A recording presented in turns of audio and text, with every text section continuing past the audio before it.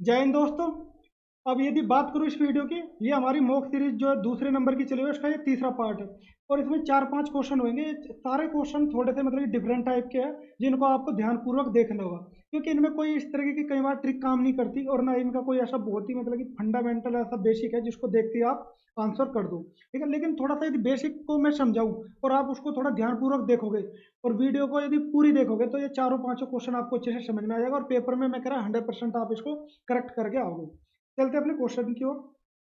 एक शब्द है हीलिंग। ठीक है, के अक्षरों को कितनी प्रकार से व्यवस्थित किया जा सकता है कि सभी जो स्वर है वे क्या एक साथ आ जाए। और इसमें स्वर कौन से हैं? ई, ए और जो आई है, ये एक साथ आने चाहिए। और हमें इस तरीके से बाकी जो बचे हैं एच, एल और एन और जी, ये तीन ये हो गए और चार ये हो गए। ये हमें इस तरीके से सेट करना है कि ये हमेशा एक साथ रहे, और ये आगे पीछे कहीं भी हो सकते हैं, वो हमें बताना है। और एक दो क्वेश्चन मैं आपको बता रहा जरूर मिलेगा आपको एग्जाम में। ठीक है, तो इसको थोड़ा ध्यानपूर्वक समझना। पहले हम क्वेश्चन को भूल जाते हैं थोड़ी, जब भी फॉर्मूला अप्लाई करने से पहले बाकी क्या करना है वो हट, केवल हम ये सोचते हैं कि यदि हमें ए और बी, ये केवल ये दो वर्ड होते और हमें इसको मतलब कि ये सेट करना है कि ये हम कितने तरीकों से लिख सकते हैं। ए बी को हम कैसे लिख सकते हैं? पहला तो तरीका होगा ए बी, दूसरा तरीका क्या हो सकता है? बी और ए। ठीक है, ओके, दो ही तरीके हैं। अब इसको करते हैं ये। अब मान लीजिए होता है ए बी और सी, हम इसको कितने तरीके से लिख सकते हैं? पहले क्या लिख सकते हैं? ए बी सी, पहला तो यही है। फिर क्या हो सकता है? ए और फिर सी और बी। ठीक है, और कितने तरीके से? अब बी आगे आ जाएगा, मान ली बी ए सी, और क्या बी आगे आ गया, फिर सी ए, और फिर क्या करते? सी पहले आगे ले लेते, सी ए बी, और फिर सी आगे आ गया, फिर क्या हो जाएगा? बी ए। तो कहने का मतलब ये कितने तरीके से हो गया? यदि हम तीन अक्षरों को हमने आगे पीछे करके देखा, तो ये कितने तरीकों से हो सकता है? ये हो गया छह। यानी कि जब तीन आ रहा तो तीन का हम ये करते, तीन का इसको ये करेंगे, तो ये क्या हो जाएगा? तीन और दो।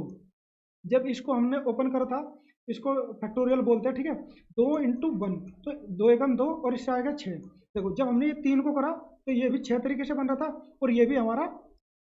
ठीक है, इसको ओपन करें या अब हम यहाँ की चीजें हमें क्या समझ में आ गई कि जब भी हम किसी भी चार अक्षर हो गए या तीन संख्या हो गए, कुछ भी चार चीजों को अरेंज करें, तो हम लोग कितने तरीकों से अरेंज कर सकते हैं।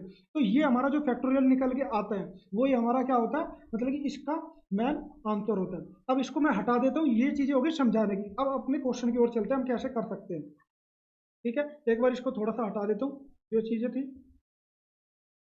हाँ, अब आते हैं अपने क्वेश्चन पे। देखो, चार तो थे ये, और यदि एक साथ ये रहेगा, ये कहीं पे भी रहे, तो पांचवे का चार तो ये हो ही गए, ये तो आगे पीछे कहीं पे भी हो सकते हैं। लेकिन ये जो है, ये पूरी की पूरी एक यूनिट हो गई, तो हमारा जो फैक्टोरियल बनेगा वो चार का नहीं बनेगा, वो बनेगा पांच का, क्योंकि चार ये और एक ये।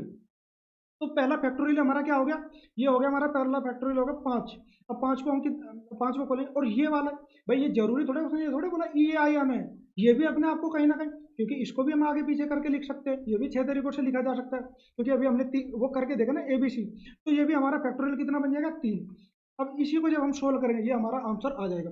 अब इस तरीके का कोई भी क्वेश्चन यदि आता है, बस उसमें लिखा क्या है आपको समझना है, उसी तरीके से कर दोगे। तो पांच इंटू चार इंटू कितना? तीन इंटू फिर चार, दो इंटू फिर ये हो जाएगा तीन, और इंटू ये हो गया हमारा दो। इसी को सोल्व कर लो, यही हमारा आंसर हो जाएगा। ये हो गया पाँच चौक बीस, बीस दिया कितना? यदि बात करूँ, बीस दिया साठ, और साठ एक सौ बीस, और एक सौ बीस इंटू क्या, ये हो जाएगा सिक्स। ये आपका आंसर आ जाएगा 720। ठीक है दोस्तों, ये क्वेश्चन हो गया। इस तरीके का क्वेश्चन आपको जरूर मिलेगा, जरूरी नहीं है पेपर में यही है। पेपर में हो सकता है केवल एबीसी पूछ लिया जाए कि एबीसी को कितने तरीके से। अब उसमें फैक्टोरियल तीन भी दिया हो सकता है, या सिक्स भी दिया हो सकता है, वही आपका आंसर है। हो सकता है एबीसीडी डी दे दे, या इस तरीके से भी दे सकता है। यदि हो सकता है कोई और आसान सा नेम दे दे, सपोज करो कैट दे दे, है ना, ये चीजें भी दिया जा सकता है। हो सकता है डॉग दे दे। तो आप इस तरीके से कोई भी क्वेश्चन आएगा, ये मैंने आपको समझा दिया, आप ऐसे कर सकते हो। ठीक है दोस्तों, अब चलते हैं नेक्स्ट क्वेश्चन पे।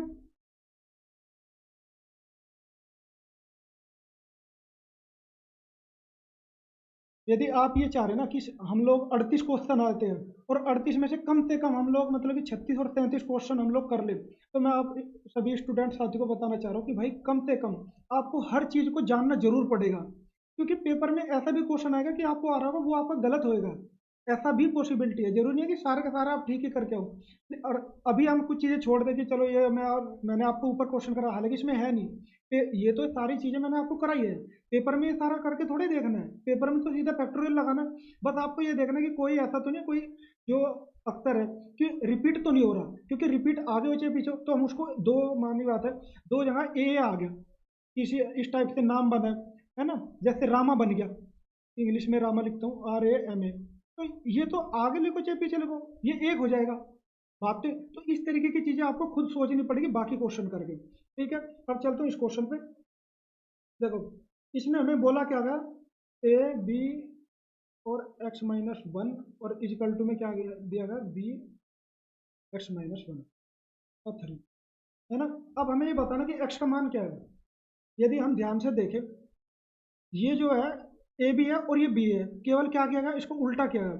और जब हम उल्टा करते हैं तो इसको यदि हम सीधा करना हो, क्योंकि भाई बराबर बराबर करना है ना, जब ये सामने बराबर किया तो हम लोगों को x का मान निकालना है, तो हम इसको जो उल्टा किया है इसको सीधा कर देते हैं। इसको सीधा करेंगे तो क्या हो जाएगा, आपने ये देखा होगा ना, जब हम किसी को भी सीधा करते हैं, माननी बात है ये हमारा ये है, तो ये करना हो तो हम क्या करते थे, A-1 ये कर देते हैं, तो ये हमारा क्या, ये इसके बराबर हो जाता है। अब इसको उल्टा कर लो चाहे इसको कर लो, अब जब हम इसको उल्टा करेंगे तो ये क्या हो जाएगा, A/B, और ये जो यहाँ पे था, ये जो माइनस था ना, ये आगे लगा देंगे हम।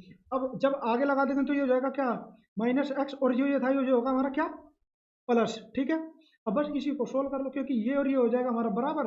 अब हम इसको देख लेते हैं कि यहाँ पे और यहाँ पे हमें दोनों के उससे मान बराबर लेके आने, हम x का मान ऐसा क्या रखें, इनको सामने रख लो ऐसे, x-1 इजिकल टू -x और +3, इसको इधर ले आते हैं, ये x जब इधर आएगा ये हो जाएगा 2x, ठीक है, और ये जब इधर आएगा ये हो जाएगा 4x, से इसको काट दो तो आपका आ जाएगा, यानी कि 2 से इसको काटे, ये आएगा हमारा 2 आंसर। ठीक है दोस्तों, इसमें ऐसा कुछ है नहीं, बस आपको ये सारी चीज़ें एक बार थोड़ा सा समझ में आनी चाहिए, और ये बेसिक है ना।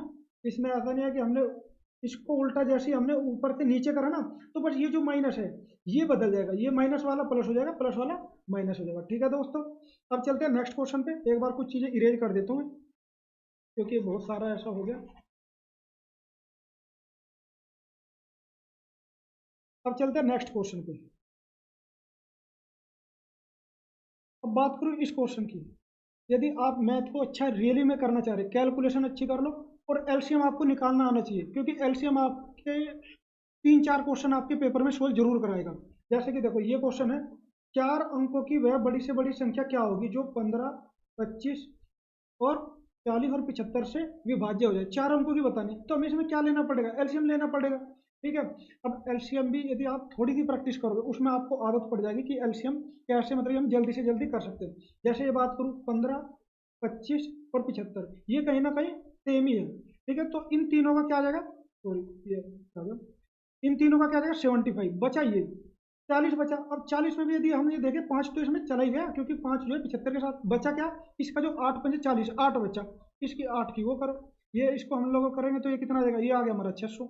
अब हमें बताना बड़ी से बड़ी संख्या, मैं कह रहा हूँ ये 2 जीरो हटा लो, और सबके पीछे 2-2 जीरो दी गई है, ठीक है, उनको काट लो। अब इसमें देखो 6 से कौन सा कट रहा है, बड़े से बड़ा, अब केवल ये कटेगा, ये आपका आंसर है। ठीक है, 6 कम 6 और 6×6 = 36, इसको कटेंगे, इसमें 2 बच जाएगा, कटेगा नहीं पूरा। ये है, इसमें थोड़ा सा मतलब कि हमें लेनी है बड़ी से बड़ी, तो हम बड़े से बड़ा देखेंगे, इन दोनों में से ये कट गया, यही हमारा आंसर है। अब आप ये सोच रहे हो कि इन्होंने एलसीएम ऐसे कैसे कर दिया कि 75 इससे कर दिया और 8 600 कैसे आ गया, ये थोड़ा सा प्रैक्टिस के ऊपर, आपके ऊपर डिपेंड है, क्योंकि हम एलसीएम में पहले हमें देखना होता है करते क्या हैं। हम सबका फैक्टर ले लेते हैं, फैक्टर निकाले, जैसे देखो करवा देता हूँ मैं एक बार, क्योंकि कहीं 15 है, 15 का हमने क्या करा, 3 और 5, ठीक है, और फिर 25 का करा, 5 × 5, ठीक है, फिर हमारा अभी 75 का ले लेते हैं, 40 को छोड़ देते हैं, ये क्या था, 5 × 5 क्या, 25, 25 दिया 75। तो देखो मैंने यहीं से कर लिया, क्योंकि ये वाले जो है ये यहाँ पे आ चुका, ठीक, और ये वाला यहाँ पे आ चुका, और ये दोनों की भी यदि बात करें तो कहीं ना कहीं ये भी आ चुका, तो इसीलिए मैंने देखा कि ये और ये और ये इनका क्या होगा, 75 होगा। अब इसमें यदि 40 की बात करूँ, 40 के फैक्टर जब हम करेंगे क्या करते हैं, 2 × 2 × 2 और ×5। अब ये 5 तो यहाँ पे आ ही चुका था, तो इसको दोबारा से लेने की जरूरत नहीं है, बचा बस ये इनमें कहीं पे भी कॉमन नहीं है, तो ये वाली चीजें हमने क्या किया था, 8, तो इन दोनों की गुना करके ये हमारा 600 आ गया था। बाकी क्वेश्चन में आगे बोला क्या गया उसके हिसाब से चलेंगे हम। ठीक है दोस्तों। और यदि बात आ जाती छोटी से छोटी संख्या पूछ लिया होता तब हमारा क्या आ जाता, तब हमारा आ जाता 600। इन चीज़ों पे भी ध्यान देना। या हो सकता है यहाँ पे इन्होंने बोला 4 अंकों, है ना, 4 अंकों की संख्या, हो सकता है वो बोल देता कि 4 अंकों की छोटी संख्या, समझ रहे हो, एक तो हो गया मतलब 4 अंकों की बड़ी संख्या, एक दे देता छोटी संख्या, तब हमारा क्या हो जाता 1200 आंसर हो जाता। तो एक एक क्वेश्चन में 3 3 क्वेश्चन के आंसर आप कर सकते हो। और ये चीजें आप डेवलप करो कि यदि एग्जामिनर क्वेश्चन को घुमाता है तो क्या घुमा सकता है और हम लोग कितनी जल्दी उसको पकड़ सकते हैं। ये आदत आप केवल 2 4 दिन करोगे ना तो आप हर क्वेश्चन के साथ खेलना सीख जाओगे। और जिस दिन आप क्वेश्चन के साथ खेलना सीखे उस दिन आपको मैथ आ जाएगा। और फिर आपके लिए एक सबसे अच्छी चीज़ क्या होगी ना, आपको रिवीजन की भी जरूरत नहीं पड़ेगी। 90% स्टूडेंट के साथ यह है कि यदि हमें पेपर देने जाना है तो हम मैथ पे अपना, मैथ के लिए सबसे ज़्यादा टाइम रखते हैं रिवीजन के लिए, क्योंकि उन्होंने बेसिक अपना क्लियर करा नहीं, फंडे उन्होंने समझे नहीं, वो किसके आधार पे, फॉर्मूले और ट्रिक के आधार पे। अब ट्रिक क्या करती है, वो एक क्वेश्चन के लिए एक ट्रिक बना देता है, जो भी अपने टीचर लोग पढ़ा रहे हैं ये हो गई भाई, इस क्वेश्चन के लिए ये ट्रिक है। अब उसी ट्रिक के साथ बताने से पहले यदि आपने उस बच्चे को बेसिक पढ़ा दिया होता तो हो सकता है वो खुद ही बना लेता, 1000 ट्रिक बना लेगा वो। क्योंकि ट्रिक है क्या, ट्रिक वही तो है जो किसी भी क्वेश्चन का जब सॉल्यूशन करते हैं लास्ट में जो आ जाता है ना फाइनल, फाइनल सॉल्यूशन को ही हम, जो फाइनल सॉल्यूशन है उसी को हम क्या कर देते हैं, ट्रिक का नाम देते हैं। फिर बच्चों को लगता है तो बहुत अच्छा पढ़ाया जा रहा है, ये तो बहुत शॉर्ट कर दिया। लेकिन जैसे क्वेश्चन घूम जाता है तो वे बच्चे भी घूम जाते हैं, फिर उन्हें लगता है कि यार हम इतना अच्छा पढ़ रहे हैं, हम इतने बच्चे टीचर से पढ़ रहे हैं, लेकिन हमारे सोल्यूशन क्यों नहीं आ रहे, मतलब कि हमारे आंसर क्यों नहीं आ रहे, पेपर में पास क्यों नहीं हो रहे। तो बेसिक भी जानो, और बेसिक ही जानो यार, बेसिक भी क्या होता है, बेसिक ही जानो। ठीक है। अब चलते हैं नेक्स्ट क्वेश्चन की ओर। सॉरी, यदि आप लोगों को ऐसा लग रहा है ना कि मैं आपको वो कर रहा हूँ, मतलब कि प्रेशर दे रहा हूँ, ऐसा नहीं है भाई। यदि पेपर पास करना है तो वो तो आपको करना ही पड़ेगा। अब बात करते हैं इस क्वेश्चन की। एक वर्ग की भुजा, मानी बात है कोई भी वर्ग की भुजा मापी और उसमें 2% की त्रुटि आती है तो अक्षेत्रफल में प्रतिशत त्रुटि क्या होगी। इस तरीके का यदि क्वेश्चन आता है मैं आपको बता दूं, इसमें क्या त्रुटि जब बताई ये बता, क्वेश्चन पढ़ गया है, सारे टीचर करा भी देंगे, मैं कह रहा मैं भी करा देता हूँ, लो कराई देता हूँ, फिर मैं आपसे बात करूंगा। क्या, 2% बढ़ा और ये क्या होता है, ये सॉरी इस वर्ग बना लेते हैं तो ये, ठीक है, ये वर्ग बन गया हमारा मान लीजिए। और हम क्या करते हैं, वर्ग का क्षेत्रफल क्या होता है भाई, ये भुजा है ए और ये, हम 2 पर मल्टीप्लाई करेंगे, A × A करा, ठीक है, ये होएगा। अब यहाँ से जैसे क्वेश्चन में आ रहा है मैं बढ़ा देता हूँ। अब दो चीजें हुई, क्या हुई, 2% की त्रुटि जो बताई है, क्या वो कमी बताई है या अधिकता बताई है, कुछ समझ में आ रहा है। कहीं लिखा है इन्होंने क्वेश्चन में, कहीं ऐसा लिखा कि जो त्रुटि बताई गई है वो, मतलब कि मान लो 100 मीटर था, क्या वो 102 मीटर हुआ है या मतलब कि 98 मीटर हुआ है, कहीं पे ऐसा नहीं है ना। लेकिन क्या फिर भी हम लोग क्वेश्चन पे लग जाते हैं, और यहाँ पे यदि दोनों ही ऑप्शन दे दे, है ना, और या फिर ये बोल दे कि एक तीसरा ऑप्शन दे दे कि बताया नहीं जा सकता, तो 99% बच्चों के साथ कंफ्यूजन में आ जाएंगे कि इसका आंसर क्या मार्क करके आए। भाई देखो, यदि त्रुटि बढ़ता है यानी कि बड़ी है तो हमारा आंसर आएगा ये, यदि घटती है तो हमारा आंसर आएगा 3.96। ठीक है। और यदि कुछ भी नहीं देगा तो इसमें ये भी ऑप्शन यदि आ जाता है कि इन, मतलब कि बताया नहीं जा सकता, तो हम ऑप्शन वही मारेंगे कि बताया नहीं जा सकता, क्योंकि उसने लिखा ही नहीं कि त्रुटि में मतलब कि डिक्रीज हुआ है या इंक्रीज हुआ है। ठीक है दोस्तों। अब देखो, अब इसमें सिंपल और सिंपल यदि आपको कभी भी इस तरीके का क्वेश्चन आ जाता है, वो बाद की बात है, वो मैंने बता दिया आपको कि क्या किस तरीके से करना। तो सिंपल आप क्या करो, जो आपने एक फॉर्मूला पढ़ा हुआ ए बी वाला, वो ट्रिक मान लो, मोस्टली स्टूडेंट ट्रिक कहते हैं, है ना। तो क्या करना है हम लोगों को कि दो, मान लो 2% का बढ़ा, है ना, 2% का बढ़ा, 2 + 2, और फिर क्या करा हमने, +2 × 2 और डिवाइड बाई ये करा, तो ये हो गया 4 हो गया, और यहाँ से हमारा कितना जुड़ जाएगा, यहाँ से कितना जुड़ेगा, 0.0 क्या 4। ठीक है, इनको जोड़ेंगे तो ये हमारा आंसर आ जाएगा। और यदि क्या होता, माइनस होता, तब हम लोग क्या करते, यदि घटा होता तब हम लोग करते क्या भाई, ये माइनस होती, ये माइनस होती, और ये क्या हो जाती, ये हमारा प्लस हो जाता। जब हम इनको करेंगे तो क्या होगा, 4 में से ये हमारा घट जाता, क्या घट जाता, ये जो हमने जोड़ा है ये हमारा माइनस हो जाता, और ये माइनस हो जाता तो हमारा क्या हो जाता, ये 3.96। तो इन चीज़ों का भी ध्यान रखना है एग्जाम में। ठीक है दोस्तों। और ये चीज़ें मैं आपको क्यों करा रहा हूँ इस लेवल की, क्योंकि एग्जाम में ये चीज़ें ना, यदि आप प्रैक्टिस में होगे तभी आप इसको समझ पाओगे, और यदि आपने एक ही तरीके का क्वेश्चन करा है तो आप एग्जाम में नहीं समझ पाओगे। केवल प्रिपरेशन के दौरान ही यदि हमारा माइंड को हम सेट करके चलेंगे कि एग्जामिनर कैसे भी क्वेश्चन को घुमा सकता है, सीधा सीधा तो नहीं पूछेगा, डायरेक्ट क्वेश्चन नहीं आते। कई बार क्या होता है ना, और जब हम घर पे आते हैं, पेपर में तो हम कर देते हैं, लेकिन जब हम घर पे आके हमने सॉल्यूशन देखते हैं क्या, या क्वेश्चन को पूरा पढ़ते रहे, यार ये तो इसका तो आंसर ये था, ध्यान से पढ़ा होता तो ये आ जाता। ठीक है दोस्तों, मिलते हैं नेक्स्ट वीडियो पे।